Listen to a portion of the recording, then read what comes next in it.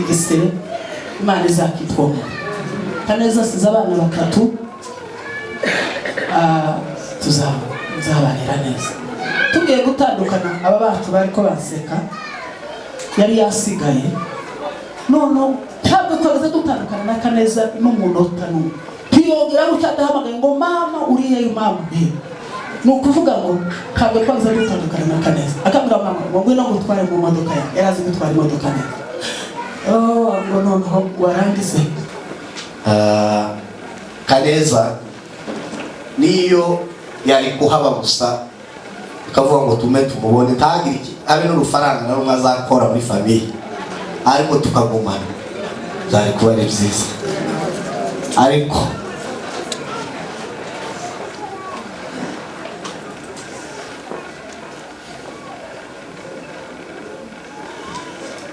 murambabe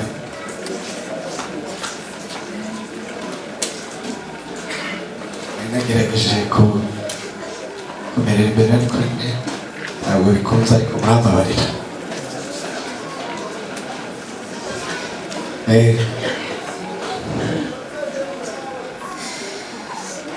Urumva Imana niyo izirema abantu, karema umugabo, karema umugore. Twavukanye n'abashiki bacu turi ari benshi, ariko tukaje inama, twese dukunda kuvugana.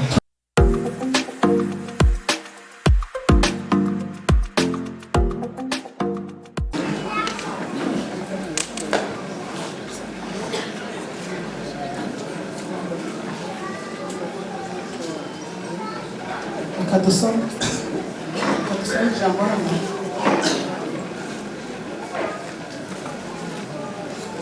Zaburi 124 aravuga ngo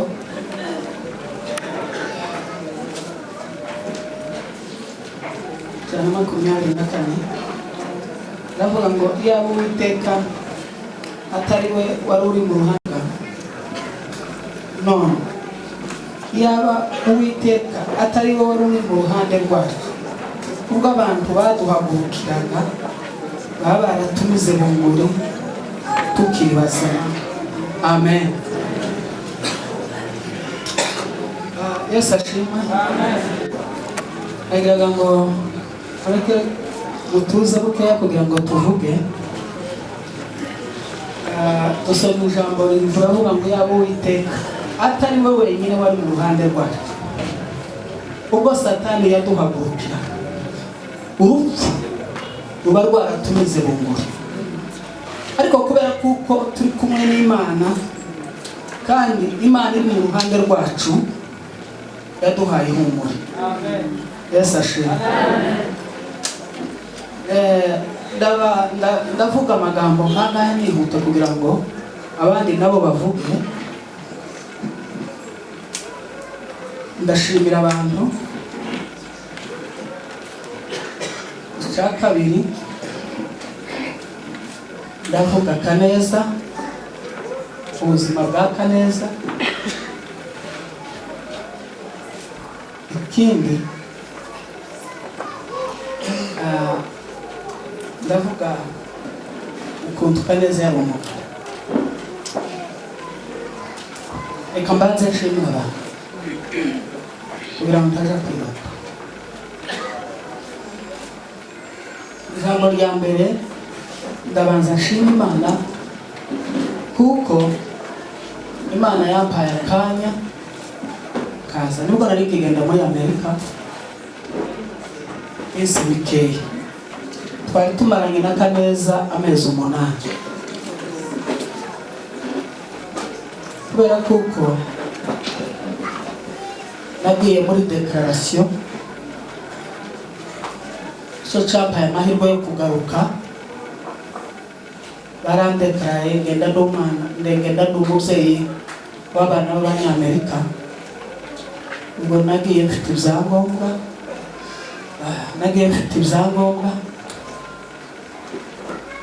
ibyangombwa nabiboneye ku kibuga byose ari byo kugaruka. Cyo cyatumye ngaruka vuba gushingira abana. iyo zenda ntaza kugenda muri ubwo buryo cyo ushima Imana Kaneza aba yaje hano yazi no muri Afurika simushingure noneho nkababara cyane ariko kubera kuko nagiye muri ubwo buryo naragiye ndagaruka hanyuma ndamushingura. Ikindi shima Imana nuko nabashije kuvuga hano Nairobi. Nagize igihe kimwe urupfu ruraturengera ruja kutumira turapfa turasura kandi tubaho tugahwera tugasura kandi tukagaruka nta uzujana n'undi. Ariko kubera kuko byadutunguye, kubera kuko byari hariya ururimi rubakora. Hano twageze hano Nairobi twari ko tuvugana turarya nawe hariya twari tutararya umunsi umwe twese baduheza ibiryo tukaruka tukumva isesemi tukaruka. Ariko hano ko twashitse turarya turavuga ururimi ruragobotoka kubera kuko naravuze ariko si ndiko numva nabushaka no kuvuga cyane nagaza mvuga amagambo makeya kubera kuko nari numvise urupfu rwatusha. Apotre yaravuze ngo Satani ngo muhumure ngo Satani yadusabye kuko twese uko tungana twumvaga dushaka gukurikira Kaneza, twumvaga dushaka kuvuga ngo twese Mana ngwino tujane twese kubera Kaneza yari umwihariko. Kaneza yarateye kwiwe. Kaneza yari umuntu w'Imana. Hari igihe abantu bakavuga ngo umuntu ntiyoreka kuvuga uwe neza, ariko ko turavuga uko neza ari. Rero mwebwe abantu bose badutabara ndabashimira. Imana ibaheze umugisha. Twabakunze nta abantu bangana gutya, ntabwo abantu bangana gutya mwatugiriye imbabazi, mutugiriye ihumba, muraturirimbira, muvuga ijambo ry'Imana, twumva turahumuritse, twumva ihumure ry'Imana ariko banatwigishije mu gitondo. Twumva ihumure ry'Imana riraje, dufite intege nke uburyo umuntu azajuguma yibuka ukajuguma cyangwa se ukananirwa no kugenda, ariko mu mutima dufite imbaraga kandi dufite ihumure ry'Imana. Yemwe bantu mwadutabaye turabakunda. Ubwo mwese sinabamenya ko ndabona amasura nzoyabona senda uko mwicaye kuko bahaba bafotora nzashikazwe kandi ndebe iyi video ndeba abantu badutabaye bamwe ko ndababona abandi simbazi, ariko kubwo kumva uburemere bw'iki kintu mwadutabaye turishima. Imana ibaheze umugisha. Imana ibaheze umugisha. Mwaturirimbiye hariya i Kigali barabwirije birenze ubu, havugiwe amagambo y'Imana, baraduhumurije. Haba ikintu cyo kwigisha no gusenga, barasenga ariko indirimbo ntizari cyane, ariko muraturirimbiye twumva imitima irahumuritse. Hari inkunga mwateye ikomeye, kandi iyo nkunga iri mu mitima yacu. Imana ibaheze umugisha. Reka mvuge Kaneza uyu ubuzima bwiwe bwaranzwe no kwitonda no guseka. Wabonaga Kaneza agahaseka, twese yaradusetsaga, yari ibyishimo byacu, niko twamwitaga ngo ni byishimo, nibyo byari izina rye, yari byishimo. Kaneza yarasekaga, yarangwaga n'ubuzima bwo guseka. Yasanga wicaye wewe udahaye useka, agashika akagukubita akakubwira ngo WhatsApp ngo bayi, akadusetsa twese tugaseka. Kaneza yari umukristo Kaneza ntiyagaza gambana bene ukungukwa ntiyagazagambana n'umunsi n'umwe. Iyo mwicaraga mukaba mukaba kora nk'ikintu ukaje ko kuvuga umuntu ariko ngo tumukaza kuvuga ibitabare tumukavuga ibitabare niko yagaza tukavuga ikitakureba tukavuga undi muntu adahari. Kaneza yari umukristo, Kaneza yari umunyabwenge, yari umuhanga, yari azi kwandika neza, yari azi gutegura ibintu neza, yagiraga gahunda. Kibavuga bati mwohereze amafaranga muri Afrika kuko nyina akama abwira abantu bashikiriwe ubwo nyine nimuzana amafaranga atarakora ikintu ngo agikore cyangwa yohereza amafaranga. Kaneza ntiyaro. Kaneza yashaka bashikiriwe ku murongo. Kaneza yashaka bashikiriwe arabigisha, arabajana mu Korani akabigisha ijambo ry'Imana. Yarazi gusoma Bibiliya, yagaza asoma Bibiliya.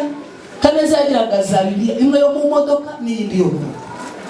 Nukuvuga ngo Kaneza yasomaga Bibiliya, yamara gusoma Bibiliya akandika, akagira amakarine yo kwandika ijambo ry'Imana, akumva cyane, akamenya kumva. Kaneza yarumvaga iyo yabaga ari mu kazi atabonye umwanya wo kuja gusenga, yaraturaga kuri zero, agatura kuri telefone, yakundaga gutura, yakundaga gufasha. Ibi byose bavuze sinabivuga. Kaneza yarumvaga, Kaneza yakundaga koresha, yarankundaga birenze urugero. Aba bose bano bana barabizi. Iyo kera jewe naravutse nsanga data yarapfuye, noneho tuja guhura n'umugabo waje akankunda cyane, akabwira abana bana twese twari tumeze nk'abakorege twese, akabwira abana bana ise yarababwira ngo mwebwe mufite mama wanyu, mufite na so, ariko Orida iwe ntagira ise, none Orida ni imfura yaje, mwese muzamo mutetesha. Amaze bano bana bakantetesha bose bakamera nk'abakorege, tugasengana. Kibungo twatangiriye icyumba cy'amasengesho, twagiraga icyumba mwacu, tugasenga, tukavugana ijambo ry'Imana. Aba bana bose buzuye umwuka wera, buzuye umwuka wera, barabaririmbyi, barabahimbyi bose, tukamenya kuganira ijambo ry'Imana. Icyo nicyo cyaturanga iwacu. Tumaze kugera muri Amerika, Imana yaranteguye, twarashitse tugira ihuduma y'ibyumweru 2. Nababwiye ngo ndashaka kubigisha, ndashaka kubasomera ijambo ry'Imana. Tugira ihuduma y'ibyumweru 2. Kaneza yari afite umwanya, noneho kagira amafungo yo kutarya. Kaneza kaza avuye ngo mama Rwanda muri Amerika ntibaza bafunga, Rwanda muri Amerika ntibaza bafunga. Akaza kambendereza akambira ngo urya. Kaneza yakundaga ko nishima gusa, yakundaga ko nishima. Kaneza amaze kugera muri Amerika, kuko nari umutesi kuva kera, narababwiye ngo nzaja muri Israel. Ndibuka ngeze hano muri Harvest, narabwiye ngo jese nzaja muri Amerika, mutaragenda handi hantu narananize no kuri Rwanda. Noneho abana bakabimenya, nukuvuga ngo ibintu byose twaravuganaga umuntu icyo utekereje ukakibwira undi. Ndababwira ngo jewe nzaja muri Israel. Amaze kugera hanze niwe wampamagara, navuga ngo mama nguzi ngo turashaka ko wishima. Bakundaga ko nishima, ngo turashaka ko wishima, ngo tugiye kukujana muri Israel. Abwira abana bashikuru nawe yamaze kuja muri Australia, arabahamagara bose, mwese muzana amafaranga turihire mama yishime aje muri Israel. Ndagenda. Ibyo zose niwe wabishyiragaho bashikiriwe. Maze kugera muri Israel, Kaneza amaze kwitaba Imana, nageze ahantu hamwe ngo ni Naini. Ngeze Naini mbona batwereka umugore w'umupfakazi wapfushije umwana ngo Yesu, ngo amugirire impuhwe, ngo bari bikoreye ikiriba bagiye kumushingura. ngo baje guhura na Yesu, ngo Yesu amugirira impuhwe, ngo amare nawe ngo aramureba ngo amugirire impuhwe, ngo uwo mwana arabwira ati murutse icyo kiri asengera uwo mwana bamuziga. Kaneza amaze kwitaba Imana aravuze ngo mwana sinagiye naye, none wa mugore wadusha nabwiye abantu ngo basohoke ndakinga mu cyumba andushiki. Kaneza yazutse nubwo ari muri muntu nazuka, ngasoma amagambo y'Imana baratubwiye hano ngo nubwo twarira nubwo twagira tonde yatawazo, ngasoma Bibiliya ndijenyine ndasoma soma amagambo menshi, soma ijambo ryo kwizera, ndavuga ngo kwizera no kumenya rwose byiringirwa ko itazaba. No avuga ngo ndizeye Kaneza nazuke agiye mu mwanya utari wo w'Imana, ariko naratatse ntacahindutse. Ariko tumaze kumva amagambo y'Imana twagize ihumure mu mutima, namwe ko muraduhumuriza, turabizi neza kuko Imana izi ko mbabaye, izi ko n'aba bantu bose bababaye, izi ko namwe mwicaye aho ngaho mubabaye, mwababajwe n'ikintu cyabaye. Imana irabizi neza, niza yica kandi igakiza, niza izitera ibisebe igasa kandi ikabzomora. Turabizi neza kuko igisebe Kaneza yaduteje, cyangwa se Satani yaduteje, ni Satani yakiduteje cyangwa Kaneza. Igisebe Imana izakitwomora. Kaneza asize abana batatu, tuzabanira neza. Tugiye gutandukana aba bacu bariko baseka, yari yasigaye, none ntabwo twageze dutandukana na Kaneza n'umunota n'umwe. Twiyongera gucyadahamagaye ngo mama uriye mama, nukuvuga ngo ntabwo twageze dutandukana na Kaneza. Akambwira mama ngo ngwino gutware mu modoka yawe, yarazi gutwara imodoka neza. Ngo noneho warangize umunsi wo kuza ndarira musize Kaneza kazandi akambwira mama twebwe tugiye ukwezi kumwe nubwo Kaneza atazaza none kurari. Kaneza kaza kambwira ngo mama ngoreka nzaza mama ngoreka nzaza. Ariko tugiye gutandukana sinzi kitwaba nararize kandi tumusize inyuma, kababwira ngo size Kaneza. Kaneza yari umwana mwiza, Kaneza yari umugabo, yakoraga amagambo meza, yakoraga ibintu byiza. Kaneza icyo gushimira rero yari umukristo. Kaneza kunda kwiga, yageze abwira mama akambwira ngo uza kujana ku ishuri, akampeza amapromese menshi, nzakujana hari ahantu nifuza kukujana kandi ndepagza tuhagenda. None kakunda kwiga, nkunda kwiga nigaga online ishuri rya Bibiliya, bakambwira ngo se aho wigiye wewe tuzarangiza. None Kaneza gakunda ibintu by'ubwenge kuko ngomba kwiga. Namara kwiga Kaneza yameze nk'umupasiteri.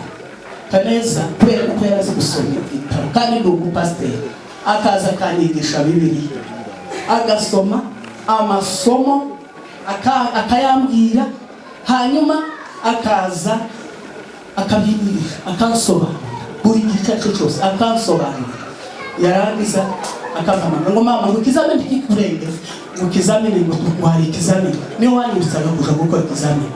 None namara kuja gukora ikizamini Kaneza akamubwira ngo kwifasha, namara akaza akareba uko nakoze ikizamini, ubanzweke ngo wakohereza ukandi utarangije ngo amasomo. Akaza akabanza akareba akakontorora, kubera ko nasubije ibibazo byose. Yarangiza agakora kuri sabati kuko hari igihe kimwe ntabimenya, iwe akabikora. Kaneza yari agikunda, umuntu wese wabonaga Kaneza yaramukunda.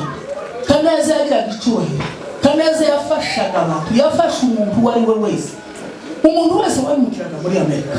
Kaneza iyo yabimenyaga yamwerekaga Amerika kuko yaraza ahantu akamwereka Amerika, akamwereka uko agomba kugira, akamutwara, agafasha abantu, agaca bugufi.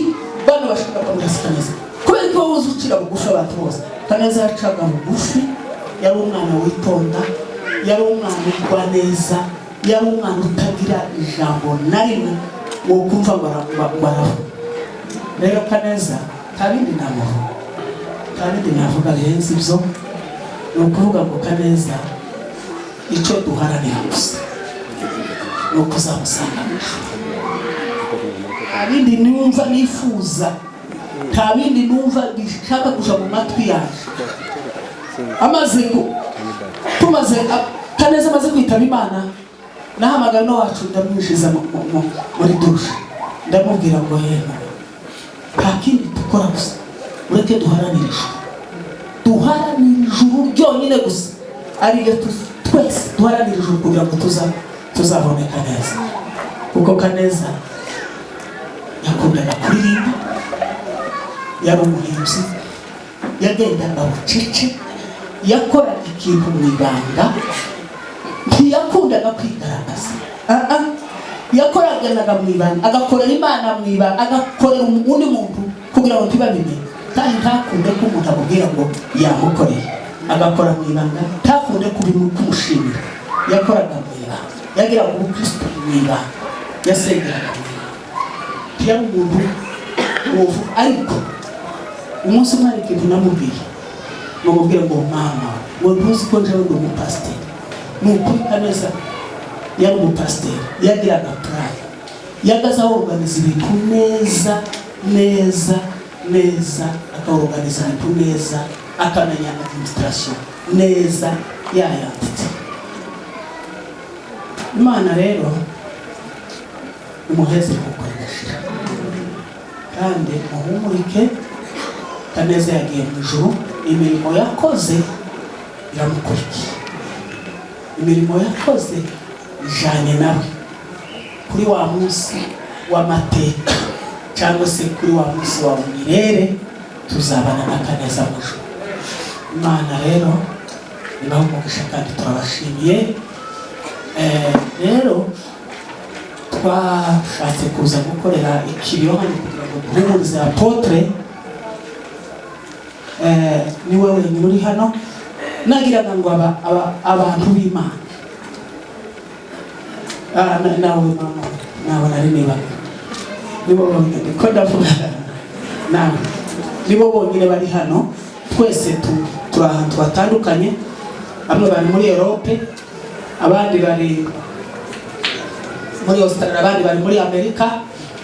Titubana, uyu nguyu ari wenyine, ubu uri muri Europe nawe ari wenyine, n'abana n'aba bombi babiri bazavurana ubupfu. Ariko icyo turasaba abantu b'Imana, nariko mbabwira ndi hari Kigali, ndababwira ngo simpashaka ko uza kwicarana n'abantu, ko ndashaka ngo umuntu ninjira gusa yamayinjira hayasenga cyangwa se hayavuga ijambo ry'Imana, nta bindi bintu ushaka kumva. Rero twaje hano, yarabidusabye, nari nacitse intege, nari naniwe kuza, ariko aravuga ngo none se mwebwe muze mubone nanje ndangize ikiriyo duhagararanye nawe. None nagiraga ngo ababyeyi, abapasiteri, abavugabutumwa, abasenzi, mwese turasigaye bano bantu bacitse intege, muzamuza kubahumuriza, mubabwire ijambo ry'Imana, mubataramire. Ibyo bizadushimisha kandi bizatunezeza. Nimukora icyo kintu buri gihe cyose muzaza kubataramira. Rero Imana ibaheze umugisha, kandi Imana imuheze urukundo rudashira. Kandi mu by'ukuri turi hano iminsi, ejo tuzahera. Twari dufite gahunda yo kuza mbere, twese turi kumwe na Kaneza, kugira hari ibyo twari twavuze gukora mu murimo w'Imana, ibyo twari twarapanze. Noneho urabona kuko habaye ibintu byinshi, ariko ntiducitse intege, tuzagaruka kandi turabifite. Turashimira abakristo ba hano, family abakristo ba hano turabakunda cyane. Umenye kuko ndiko ndanga kubavugisha, ariko ndabizi neza ko turi kumwe, ndabizi neza ko ibyo twateganije byose nta kintu na kimwe kitazaba, byose bizaba. Imana ibaheze umugisha kandi Imana ibagirire neza. Murakoze. Murakoze. Mwicare kubera ko mwicare hariya nta kibazo. Ndavuga umwanya muto naje ndaje.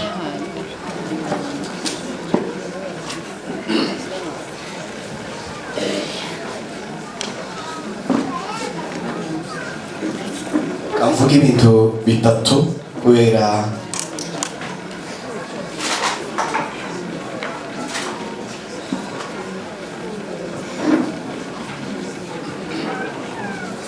avuga ibintu bitatu mu mwanya muto kubera ko twaje hashushe twegeranya abantu babaye benshi tuze kugira n'umwanya abantu batahe. Ndashimira abantu hanyuma mvuge n'ibindi bibiri mu mwanya mugufi. Mu by'ukuri nabona uko nshima kubera urukundo mwatweretse abantu benshi, sinebe muri hano gusa, hari n'abandi batwandikiye ndetse namwe murimo turi hariya bagiye tugiye mu byishimo by'ubukwe ndetse jana nagiye mbere gutegura, hanyuma tugenda dutegura nyine abantu baraza, umuryango wacu wose baraza, abashiki banje baraje bazana n'abana babo, Kaneza niwe wari wasigaye, hanyuma aza kuza yarabikundaga akunda gutungura abantu, abwira kabucura kacara akabwira ngo aze kumutega hanyuma ngo amukorere surprise. Abikora aza kutubyutsa tugeze gute tubona arinjiye twishima. Iyo foto n'ubu nako ka video bafashe kari mu mutwe, ariko abantu baraduhumurije mutwandikira message amaze kurangiza bimwe twabisomye twanabisubije, ariko mu by'ukuri kugeza no kuri uyu munsi twaratekereje turavuga ngo reka turangize nyuma y'ubukwe bw'uyu muhungu wa mushiki wacu. Saba ko mu gicaye ziriya mushitsi n'umuntu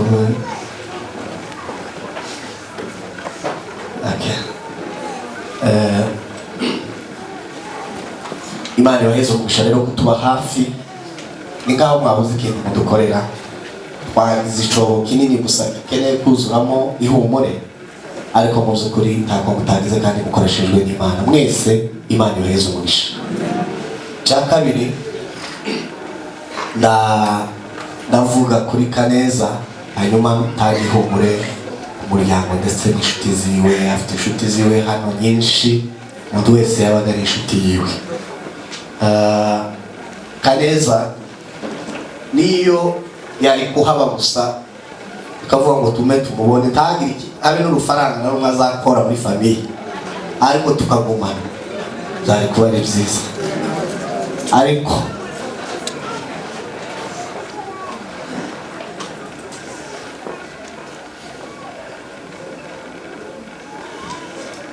murambabe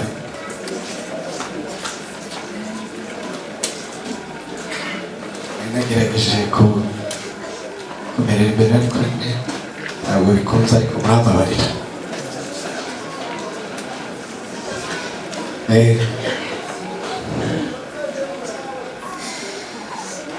Urumva Imana niyo izirema abantu, karema umugabo karema umugore. Twavukanye n'abashiki bacu turi ari benshi, ariko tukaje inama, twese dukunda kuvugana, turanakundana cyane.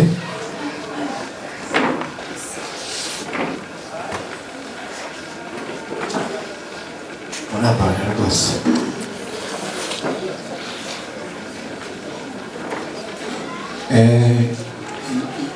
Umwanzuro wa nyuma tukawufatana, yari umuntu uzi ufite byamubona ko yandushaga n'ubwenge kubera kunduya yavugaga ijambo akavuga ngo ya waho siko, kandi muzi ko mwapanze ibintu neza, ariko akakubwira ngo ya ntabwo ari byo. Ategereza ijambo yavuga ari bitandukanye n'ibyo mwari mwapanze. wagira ukumva arabivuze nako papa yarateye ari mwagira igitekerezo ukumva nico ariko akakubwira ngo ya umurindira akavuga ijambo yitonze. Rero nabuze umujyanama rwose kandi nyine niwe murumuna banje twari tuvugana wenyine. Ibyo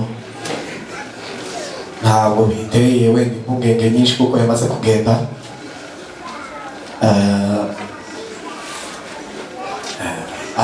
Muri bashiki banje hari abandi bateye gutyo tuzakorana izo gahunda.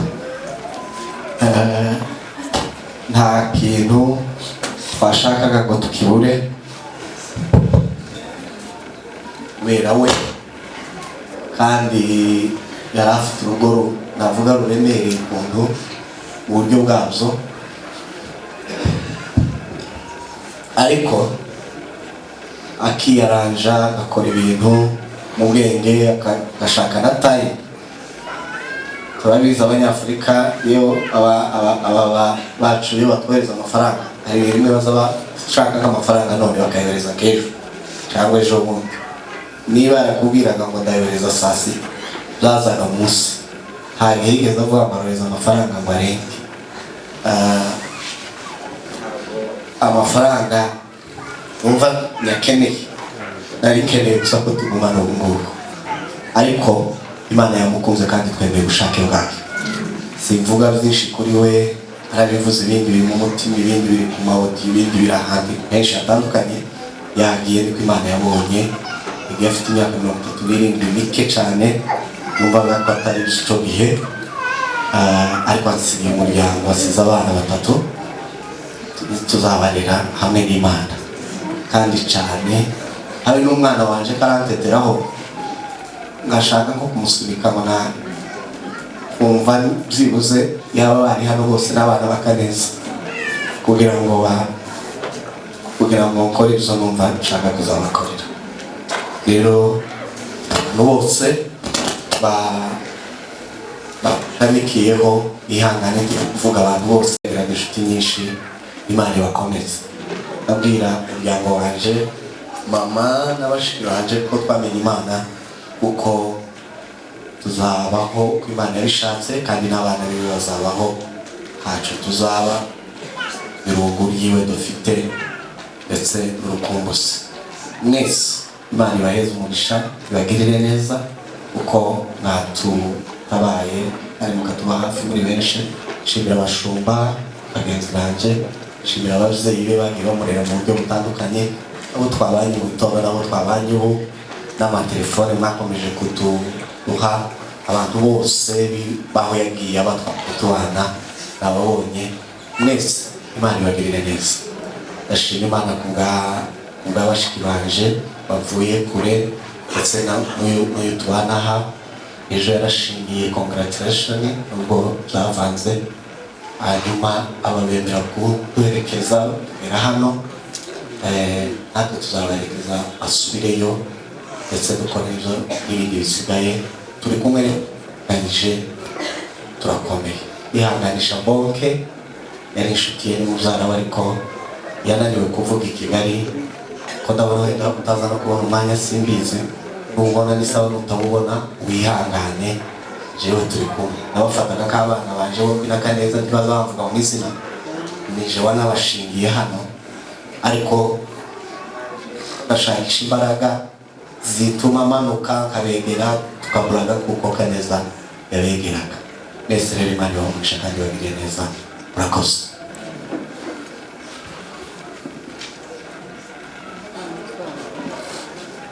Reka dusabe mzee Antoine utamubwira imbere.